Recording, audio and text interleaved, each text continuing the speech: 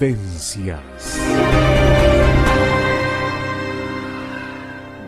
Muy bienvenido, Jorge, muy buenas tardes. Muchísimas gracias, el agradecido soy yo de poder compartir una vez más contigo y con la audiencia. Bueno, hoy nos traes un tema que nos estábamos poniendo ahora en la pausa un poquito de acuerdo cómo abordarlo, porque la educación como pilar de integración social puede tener muchas aristas o muchas formas de abordaje, ¿no? Y tú me decías más o menos por dónde lo querías encaminar y te voy a seguir perfectamente. Pero antes de empezar, y nos vamos a conducir por donde tú digas, me gustaría analizar la educación como punto de partida en esos primeros años de vida, cómo incide, y ya no estoy hablando de la educación curricular, sino esa educación afectiva, de contención, que nos dan nuestros padres o las personas que están a nos crían, nos educan, en esos primeros 2 años de vida, que ya lo hemos hablado en otras oportunidades.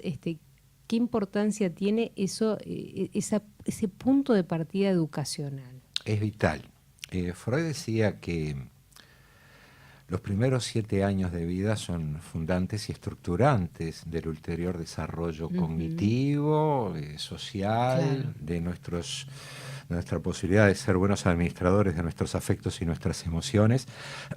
Y sí, claro está, la educación es, un poco como comentábamos al principio, durante la tanda, es agente vehiculizador de inclusión por excelencia. Pero la educación muchas veces es confundida con instrucción. O sea, vos sabés que a mí a veces, retrotrayéndome un poquito a unas décadas, recuerdo que el Ministerio de Educación y Cultura se llamaba Ministerio de Instrucción Pública.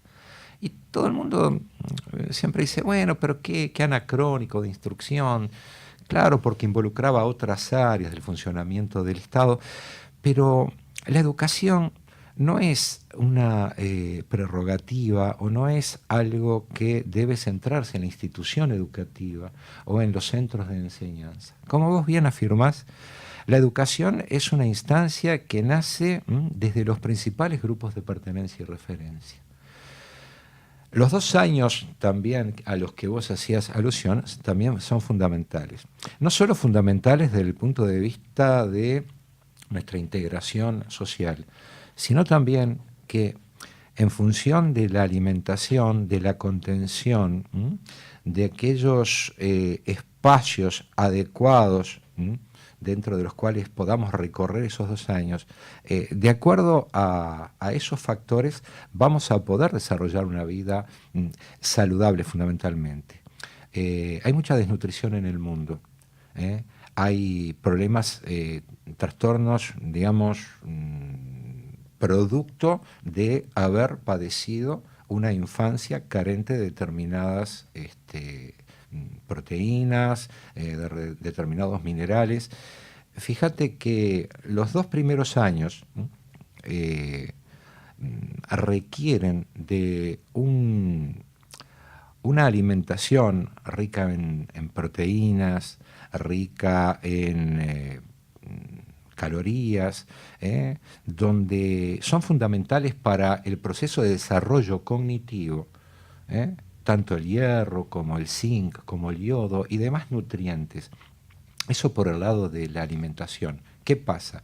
De no mediar una adecuada alimentación en ese lapso, después hay situaciones, digamos, irreversibles, en cuanto a que hay ciertos procesos que se enlentecen, sobre todo desde el punto de vista cognitivo, y obviamente también desde el punto de vista físico, ¿no? Claro. Ahora,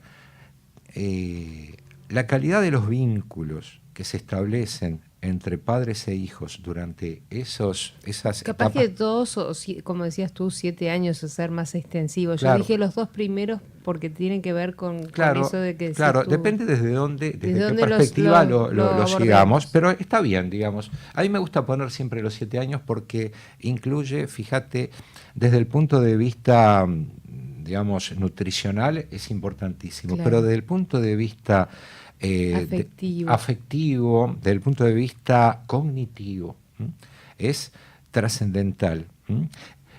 El niño, desde que nace hasta los 24 meses, y ahí sí podemos verlo de repente, Sí. la importancia de los 2 años, transita por un periodo que se llama desarrollo sensorio-motriz, visto desde la perspectiva de Jean Piaget, donde ahí va incorporando estructuras y esquemas de conocimiento que le permiten posteriormente ir incorporando nuevas maneras de conocer e integrarse al mundo. Eso es importantísimo. Ahora, desde el punto de vista afectivo, como hemos establecido en otras columnas, la relación con la madre, la relación con los padres y la capacidad de ambos de permitirle, mejor dicho, al niño transitar saludablemente por el cauce social que lo conducirá luego de lo que definimos como principal grupo de pertenencia y referencia, que es la familia, hacia la institucionalización, Claro. hacia la institución educativa, que juega un rol también determinante. O sea que es el punto de partida para después cada individuo, en la medida que se desarrolla, lograr también buenas relaciones con las personas que lo rodean de alguna manera, Sí, ¿no? sí, sí. Es que el entramado vincular comienza a urdirse desde el mismísimo momento en que el niño se conecta con su madre, ¿no? Como en algún momento definimos lo que en una primera instancia se trata de un yo oceánico, una indiferenciación yoica, ulteriormente el niño comienza a entretejer sus vínculos.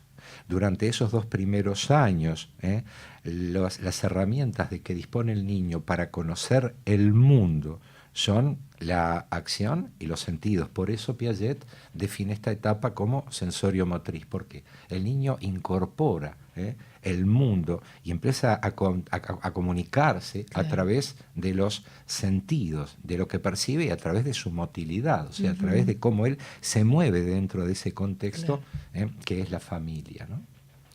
Entonces, si será importante estos primeros años de vida para cualquier ser humano. Acá no estamos hablando de situaciones diferentes, pero vos me decías hoy que te gustaría ingresar en el tema de la educación como pilar de integración social, abordando temas que tienen que ver con personas que de repente viven situaciones marginales desde ese punto de vista, o situaciones como son afectadas por la discapacidad, que cuán inclusivo llega a ser a través de la educación, puede ser inclusiva en nuestro país, un poco analizarla desde ahí. Claro. Era tu idea. Claro, ¿Qué pasa con esto? Analicemos, porque son dos está puntas muy de la bien, educación bastante...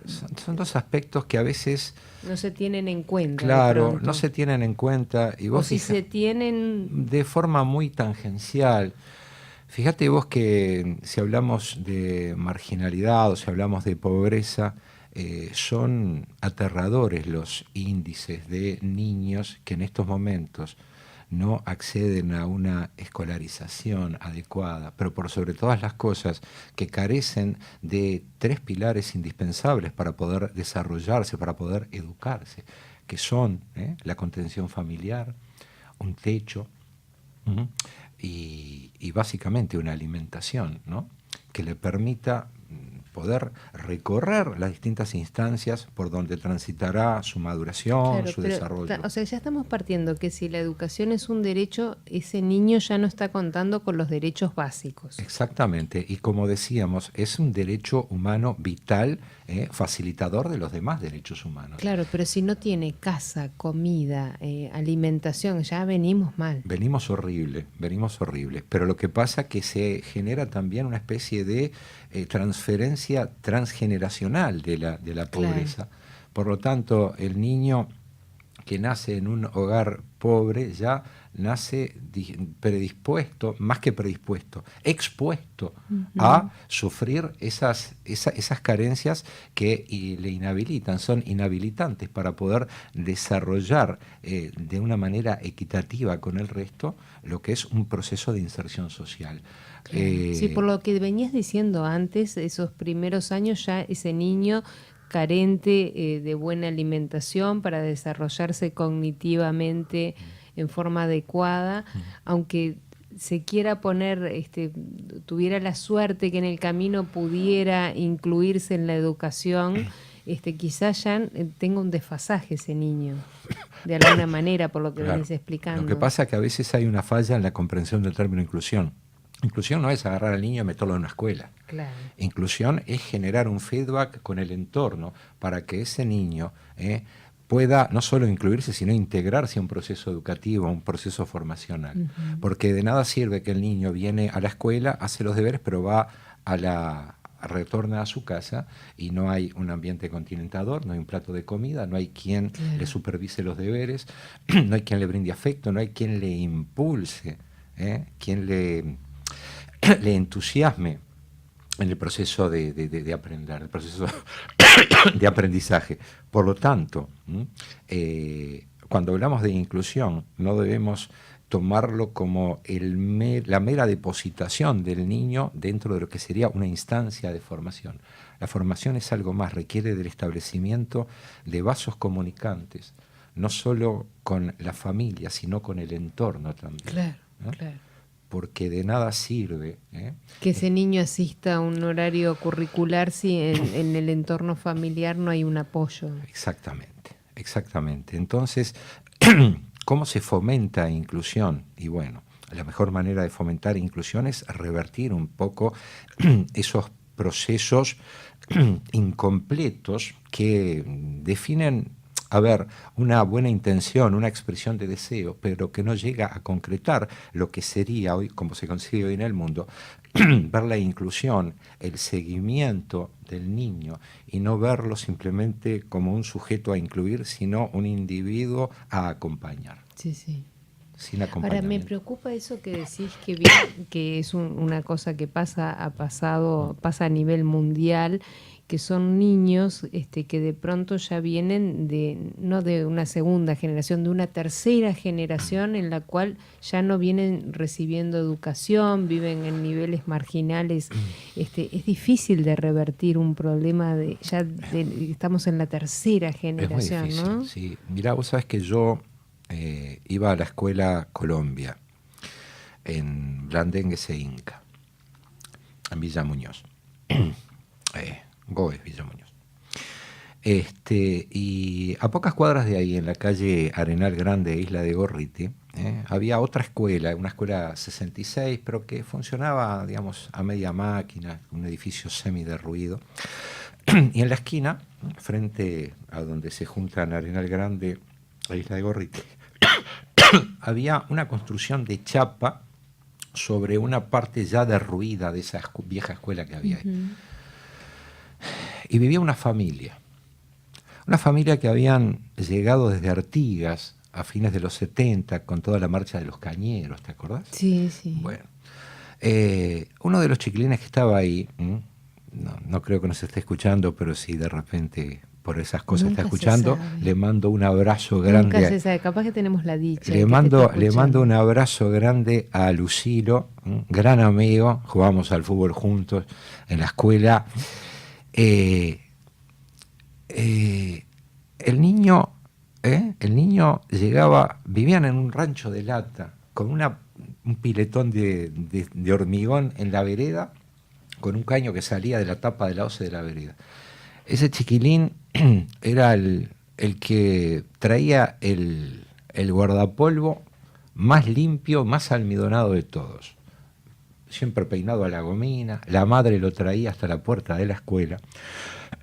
Y el padre tenía un carro con un caballo, pero no pedía, él era botellero, ¿te acordás que existía? Botellero, mira. Y él ya era un personaje del barrio. Y eran gente que no aceptaba dádivas y no aceptaba nada, no tenían una actitud, digamos, mendicante en cuanto a todo eso. Y se fueron manejando de una manera u otra, fueron agregando determinadas cosas, y esa persona, bueno, fue pasando el tiempo. Hasta ahí la iban llevando muy bien. Después vino todo el tema, el golpe de Estado, no sé. Yo me mudé de barrio, no lo vi más, pero 20 años después, pasé por ahí con un hermano que había llegado desde el exterior y ya, no sé, no entré, no pregunté, pero había, no sé si era la misma familia u otra, había gente que ya no respondía a esas características de la familia de Lucilo, ¿no? O por lo menos a ese momento de la familia. Y ya se veía el deterioro, se veía la falta de higiene, se escuchaban los improperios, la basura acumulada y un montón de cosas. Pasé, hará 8 o 9 años, y ya lo que vi fue algo triste, lamentable. Ya ni chapas en ese rincón, gente durmiendo en colchones, en un estado realmente inhumano. Claro. Esto da una pauta de no mediar un acompañamiento, un proceso de reversión a través de la educación, que es la herramienta fundamental. Estos procesos tienden a reproducirse y lamentablemente lo vemos en nuestro querido país, de manera cada vez, digamos, en progresión aritmética, diría, que se está reproduciendo esto. Y creo que en la base de todo está la falta de políticas educacionales. Bueno, te voy a invitar a hacer una breve pausa y bueno, con esta reflexión nos vamos a la pausa y si te parece la analizamos. Con mucho gusto, cuando Andrea. Volvamos con de muchísimo la pausa. Gusto.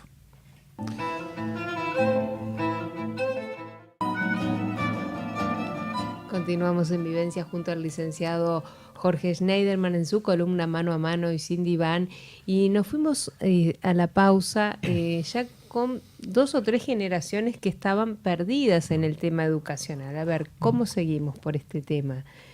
Que en parte, digo, no es un tema que solo esté pasando en nuestro país. Yo creo que se viene dando, por ejemplo, si miramos en Brasil o Argentina también, son países que estamos entre medio de 2 grandes potencias que de alguna manera también tienen estos problemas que tenemos nosotros, ¿no? Sí, sin lugar a dudas. Ya no me voy a extender a otros países, pero sí. Pero podés hacerlo. Podría. Si seguís para el Pacífico, hay países donde se está registrando una bonanza económica impresionante, como Chile, incluso Perú. Sin embargo, hay indicadores desde el punto de vista de la educación, de exclusión, que son también alarmantes. Una cosa es, de repente, lo que marcan los guarismos macroeconómicos, que no indica precisamente, no es fiel indicador de lo que es realmente la calidad de vida de las personas. Y cuando hablamos de calidad de vida, no solo el ingreso per cápita, claro, sino también el gran valor agregado que es la capacidad de educarnos. La educación es la vía regia de acceso a la libertad, a la iniciativa, a la autonomía, a la independencia. Por eso digo que es fundante y estructurante, en tanto sin educación, los pueblos, las personas, los colectivos, claro, están expuestos a la manipulación, al sojuzgamiento.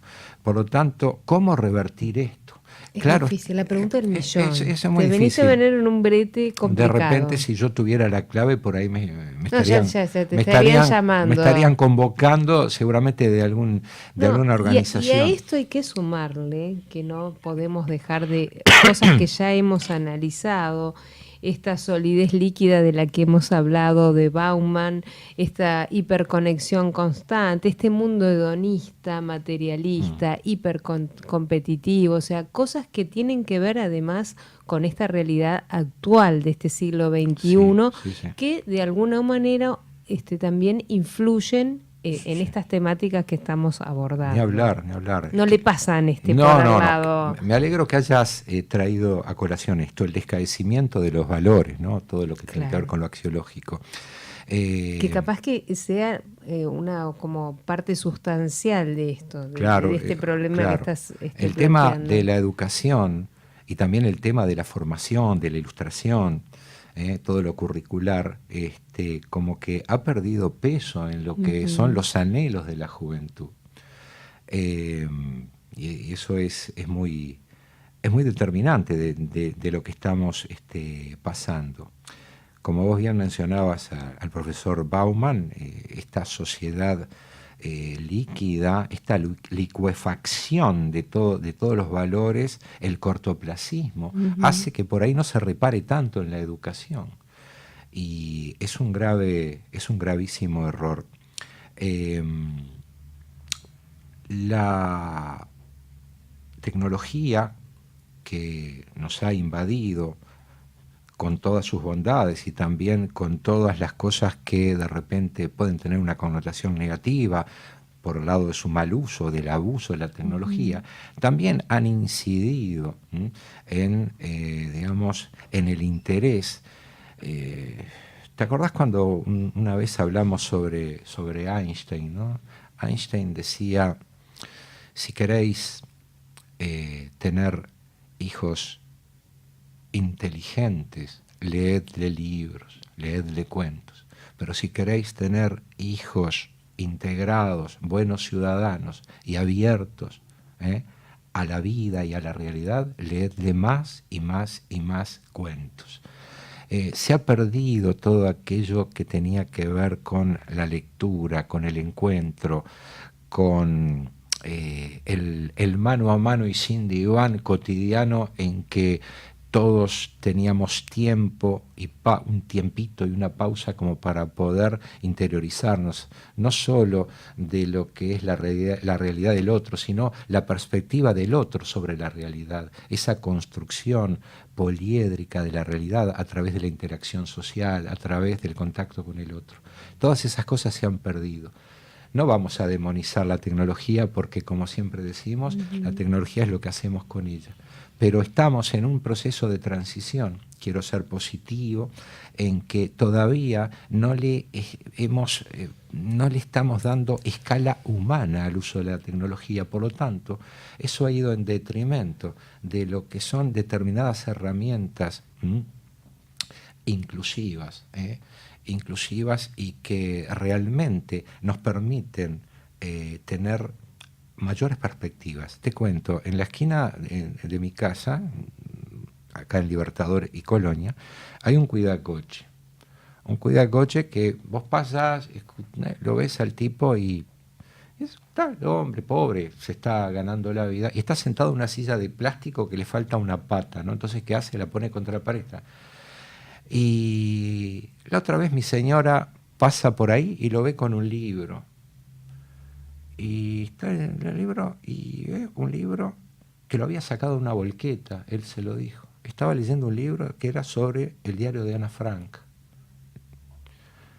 Y mi señora, pensando que el tipo no tenía ni idea, le habló y le dice, a mí me gusta mucho leer. La condición en que estoy ahora me permite, a pesar de todo, poder leer. A mí me gusta leer porque uno leyendo aprende, y cuanto uno más aprende, más puede salir adelante. Mira qué lindas palabras. O sea, destinamos tanto tiempo a la pantalla y tan poco, de repente, a interesarnos por aquellos aspectos que hacen a la realidad del otro, que hacen a la búsqueda de conocimiento. Y volviendo un poco a por qué de repente fallan los mecanismos educacionales, es que de repente ya llegamos a un momento en que son anacrónicos, perimidos los dispositivos pedagógicos. Ya no tiene sentido trasvasar conocimiento en el educando, sino que es momento de empezar a generar herramientas, a brindarle herramientas para que el individuo genere su propia búsqueda desde el punto de vista interior, desde el punto de vista intelectual. Quizás toda esta circunstancia es un gran llamado de atención para proceder de una forma u otra a la reversión de esos anquilosados, anacrónicos, perimidos dispositivos pedagógicos que ya a esta altura no generan inclusión. Entonces, todo bien con la escuela bareliana. Nos formamos en la escuela bareliana. La equidad se respiraba por todos lados. Todos íbamos con la túnica, la moña, todo bárbaro. Pero cuando venía un niño de repente con una discapacidad, ya no estaban dadas las condiciones para que ese niño ingresara con una silla de ruedas. Ya un niño de repente con un problema de visión o auditivo, ya no tenía, o sea, era una escuela inclusiva en cuanto a que se sentaban en los mismos pupitres niños procedentes de todos los estratos sociales, pero no era inclusiva en los términos que hoy comprendemos. Hoy por hoy debemos revertir eso. De la misma manera que cuando hablamos de inclusión, hablamos también de una ciudad amigable para con la gente que tiene algún trastorno. Fíjate una cosa, André, en nuestro país el 16% de la población sufre de alguna discapacidad. Y estamos hablando de que hay alrededor de 50.000 niños y adolescentes que sufren de alguna discapacidad. Hasta los años 60, 70, seguíamos con ese modelo bareliano. Ese modelo, digamos, más que el modelo bareliano, con esa estructura de lo que era el sistema educacional. Recién en los 80 apareció esa cuestión de generar escuelas especiales que en sí marginaban al niño de lo que podía ser un proceso de integración con sus pares. Digo con sus pares porque son niños, no debemos medir a la persona por sus capacidades o discapacidades. O sea, lo marginaba. Y todo bien, se dispusieron recursos y un montón de elementos, infraestructura, pero eso no generaba inclusión. Eso acrecentaba, o sea, ensanchaba la brecha para la inclusión. Hoy por hoy se han establecido nuevos criterios que determinan que el niño, para generarse inclusión, no debe ser el niño discapacitado que debe integrarse a los otros, sino tratar de que la escuela, la institución, genere instancias facilitadoras para la inclusión. Eso es la inclusión en los términos que corresponde enunciarla. Bueno, hacemos una breve pausa y continuamos luego de la pausa con este tema tan interesante y tan importante en estos días en los que se busca cada vez, yo creo que la sociedad se abre más a la inclusión y a la equidad, y entonces es más que importante ponerlo sobre la mesa. ¿Cómo no? Hacemos ¿Cómo no? una breve pausa y enseguida volvemos.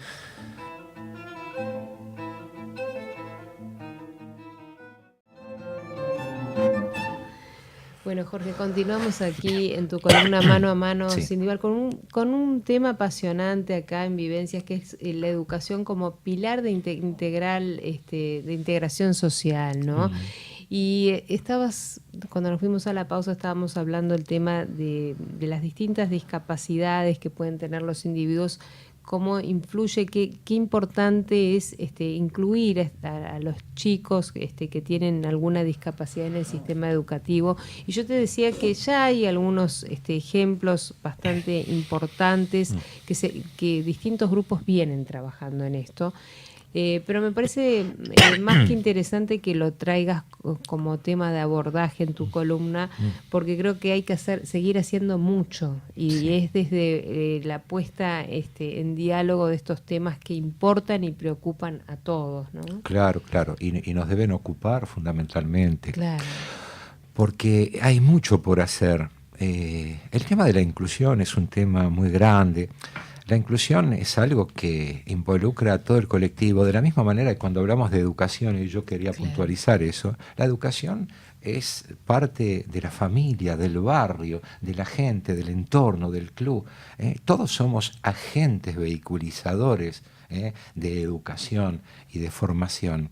Es como cuando en aquellos años 60, 70, éramos chicos y muchas veces en ausencia de nuestros padres, jugábamos al fútbol y por ahí estábamos peloteando contra el portón de un vecino que por ahí era portero y tenía que dormir porque laburaba de noche. Y aparecía una vecina de enfrente, la estoy viendo, un emocionado recuerdo para doña Lila, que salía y decía: gurises, por favor, don Sebastián tiene que descansar. No eran ni familiares, era simplemente esa lógica solidaria, barrial, claro. Y nos educaba. Entonces, después, nosotros, tras el momento, esperábamos que se metiera para adentro y seguíamos hasta que alguno siempre decía: no, tiene razón. Y nos íbamos a pelotear al portón de la esquina donde de repente sabíamos que la gente no estaba. Pero cosas de gurises, ¿no? Claro. Pero la educación, me acuerdo que en la vieja y querida Plaza de las Misiones, yo vivía enfrente, donde está el estadio del Club Goes, había un guardaplaza, que era un señor que siempre estaba ahí, y diciendo: no, ojo las plantas, ojo las flores, ustedes saben lo que cuesta esto. Y un día nos congregó a todos, estamos jugando, y nos dijo: chiquilines, ustedes saben que estos almácigos vienen del vivero municipal, ¿saben cuánto demora esto en crecer? Y vieron qué lindo que es. Y tenía tanta cultura ese señor, una persona de afuera que tenía esa cultura campera. Decía: ustedes saben que las plantas favorecen el medio ambiente y el oxígeno. Y nos estaba educando. Claro. Eran agentes, reitero, vehiculizadores de educación, nos educaban para la vida. Por eso la inclusión es algo que debe partir de las instancias iniciales, pero es también inclusión, un poco, como decíamos en alguna columna meses atrás, inclusión es poner semáforos para ciegos. Inclusión es poner rampas en todos los establecimientos, el poder facilitar una vida, una dinámica convivencial donde todos se sientan convocados a esta fiesta maravillosa que es la vida en igualdad de condiciones. Me parece bárbaro. Y si te parece, no sé, capaz que quedaron muchos temas pendientes. Muchísimos. Lo podemos continuar en la próxima columna porque creo que da para más el tema de la educación, que también no solo por la inclusión, sino creo como herramienta fundamental, como decís tú, en el desarrollo como personas, en la totalidad de nuestras libertades y de nuestros derechos también. Claro, y la formación integral del individuo. Va a ser un gusto y vamos a continuar la próxima semana con el tema. Bueno, muchísimas gracias. A vos. Gracias a Jorge, el licenciado Jorge Schneiderman, por este tema tan interesante. Los voy a invitar a hacer una breve pausa y luego de la pausa ya estamos con la columna. Vivencias.